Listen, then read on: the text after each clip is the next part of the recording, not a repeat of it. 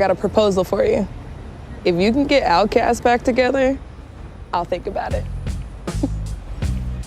Outkast? You mean? Yeah, like, you know, Big Boy, 3 Stacks. The group? Outkast? Yeah, who else? Hey, y'all, I like the way you move, so fresh and so clean, over the woods. You know them, right? My baby don't mess around, cause she loves me so, this I know for sure. In over 10 years, the legendary hip-hop duo put out no music, leaving Destiny and millions of other fans with a serious funk deficit. But that's about to change, thanks to this guy, Larry. Et j'avais cette idée un peu saugrenue de me dire, bon, ils vont jamais se reformer et il faut essayer de jouer avec sa culture et avec ce qu'on aime. Et voilà quoi, le fait que leur absence et leur désunion soient au même titre que leur musique, un truc dont on parle et qu'on commente et que chaque année on a l'impression, on croit, on aimerait qu'ils se reforment et tout ça. Et c'est le seul groupe de rap qui s'est séparé comme ça à son zénith. C'est-à-dire que les groupes de rap en général se séparent quand ça va mal, au bout de 10 albums, font 3 albums de trop. Et eux, ils ont fait ça, jusqu'à avoir été le premier groupe à gagner le Grammy du meilleur album, tout confondu, toujours confondu, rock, rap, tout ce qu'on veut, quoi. Excuse me, sir. My name is Larry. Jeremy? Do you know Outkast? I do know Outkast. And do you know where I can find him? Say that one time? Where I can find Outkast. J'avais cette envie de faire un docu sur Atlanta depuis pas mal d'années. Et donc je m'informais, je retenais des adresses, un peu des lieux importants pour pas arriver n'importe où, n'importe comment, et en me disant si c'est là qu'ils ont fait leur premier concert, ou si c'est là qu'ils se sont rencontrés, c'est un carrefour à la con, mais en tout cas, c'est le bon endroit pour moi, quoi, pour aller voir, faire des repérages et rencontrer des gens et tout ça. What is that good thing that started here? Outkast, Goody Mob, Dungeon Family. Like, this is where it all started, dog. Andre 3000, CeeLo Green, Big Boy. Good morning. Good morning. Andre and Big Boy went to school in the Tri-Cities right down there, right down the street. Really? Like, this is hip-hop history. They put ATL on the map. Where you from, man? France. Au Beverly. Beverly? Oh, my auntie name is Beverly. C'est Cody Kim, qui est un gars qui est belge.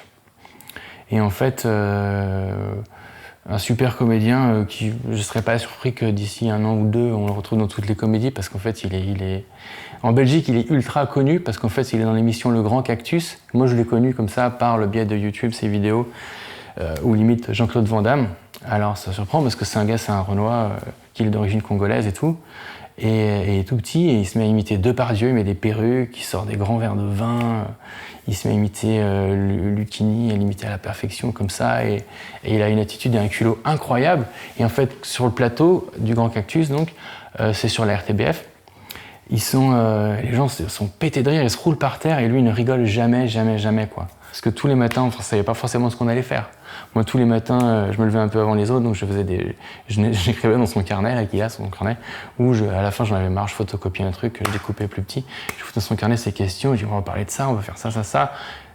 À la mise en scène, au début, c'est ça, donc faut que tu rentres, faut que tu fasses tomber un truc, ou faut que tu te trompes de nom, faut que tu dises un truc. Donc il y a un peu ça au début, une idée au début, au milieu et à la fin, pour faire une entrée, une sortie, et puis un truc qui se passe au milieu.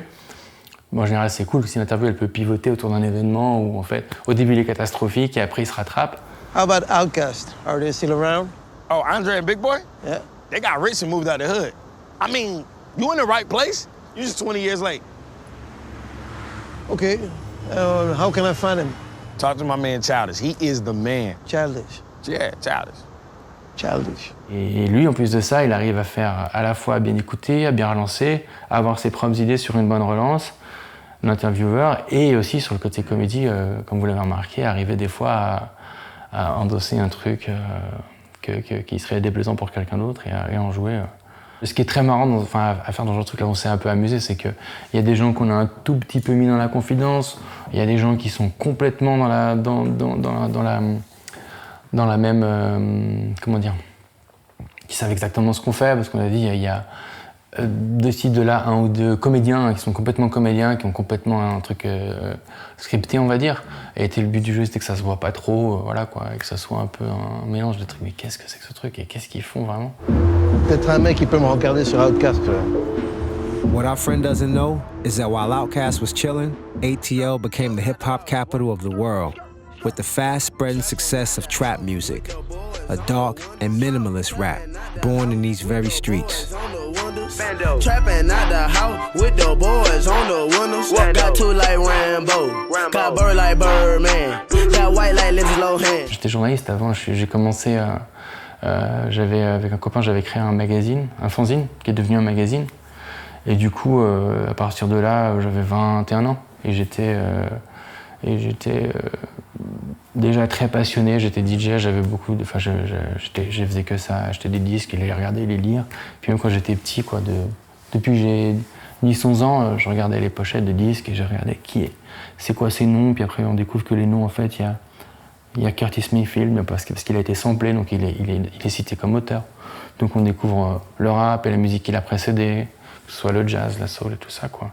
Quand on l'aide à l'écriture, les prods en général ont bien envie de suivre parce qu'elles savent qu'elles peuvent se faire elles peuvent se faire payer sur l'aide de développement parce que artistiquement c'est déjà validé, donc il n'y a pas tellement à les convaincre en fait. Du coup, il faut savoir si vraiment ça les intéresse. Et donc du coup j'ai rencontré ma productrice Sarah Brucker, qui elle est complètement dans cette culture, qui a grosso modo mon âge et à qui ça parlait complètement et qui a aussi par son parcours déjà des succès et qui avait déjà produit des choses assez remarquables et remarquées, du coup comme Wired Eye par exemple pour France Télé, et puis d'autres séries pour Arte. Et donc je me suis dit que c'était la bonne personne pour se lancer, et du coup elle a tout réussi, donc c'est cool quoi. Parce que je fais étant un petit peu... voilà, ça peut pas aller chez M6, ça peut pas aller sur TF1, ça peut pas aller... c'est d'ailleurs un peu le problème, c'est que c'est un peu monoclient. Si Arte en veut pas, personne en voudra quoi. Oh, I never say it right, but the Spodio Di Bootylicious song. I like trap music, you know what I'm saying? A-Town, trap, home of the trap. Everyone is coming up out of Atlanta, Future, Gucci, Migos. Jalen, what's my favorite line from 2 Chainz? I'm different. Yeah, I'm different. I'm different. Yeah, I'm different. De tournage, je crois qu'au départ, on était sur 12 jours, et puis j'ai dû chialer. Non, pas au niveau de mon équipe, on fait pas les jours de repos, on va s'acheter des jeans à Outlet et tout. On fait pas ça serait cool qu'on tourne plus parce qu'on n'a pas assez de jours et tout ça. Donc on était sur 12 ou 13 jours, je sais plus, au final on est sur 14-15 jours. Je sais pas si t'as remarqué un truc, mais tous les gens qui écoutent Outkast, ils ont l'air d'avoir genre leur bagnole, leur propre voiture. Et tous ceux qui écoutent de la trap, ils ont l'air d'habiter chez leur mère encore.